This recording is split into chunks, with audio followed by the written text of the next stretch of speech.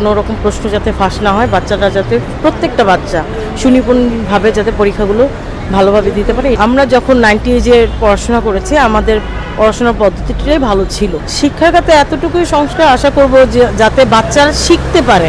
Auto পাসের যে একটা প্রবণতা, সেই জিনিসটা যাতে না থাকে। সামনের দিকে পড়াশোনার পদ্ধতিটা আরও উন্নত করা উচিত, যাতে আমরা বহির্বিশ্বের সাথে টক্কর দিতে পারি। সবাই তো চায় যে ভালোভাবে সব কিছু হয়ে যাক। তো আমরাও আশা করি যাতে প্রতি বছর যেরকম প্রশ্ন ফাঁসের পরে বাচ্চাদের উপরে অনেক প্রভাব বিস্তার করে আর কি, মানে ব্যাড এফেক্ট যেটা বলে, সেরকম যাতে এবার না হয়। কোনো রকম প্রশ্ন যাতে ফাঁস না হয়, বাচ্চারা যাতে প্রত্যেকটা বাচ্চা সুনিপুণভাবে যাতে পরীক্ষাগুলো ভালোভাবে দিতে পারে, এটি আশা করি।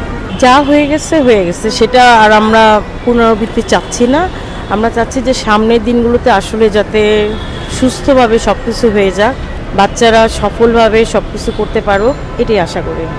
আমার মনে হয় আমরা যখন 90s পড়াশোনা করেছি, আমাদের পড়াশোনার পদ্ধতিটাই ভালো ছিল, আমার কাছে যেটা মনে হয়। আর এখনকার পড়াশোনার পদ্ধতির সাথে আমার আসলে সেভাবে কোনো নাই। আমি এটা কোনো রেজাল্ট ভালো পাচ্ছি না। আপনি যদি চিন্তা করেন যে পৃথিবীতে যত বিজ্ঞানী বলেন, ভালো ভালো রেজাল্ট সব কিন্তু আগে থেকে 90s থেকেই চলে আসছে। এখন আপনি দেখতে পাবেন যে নতুন কিছু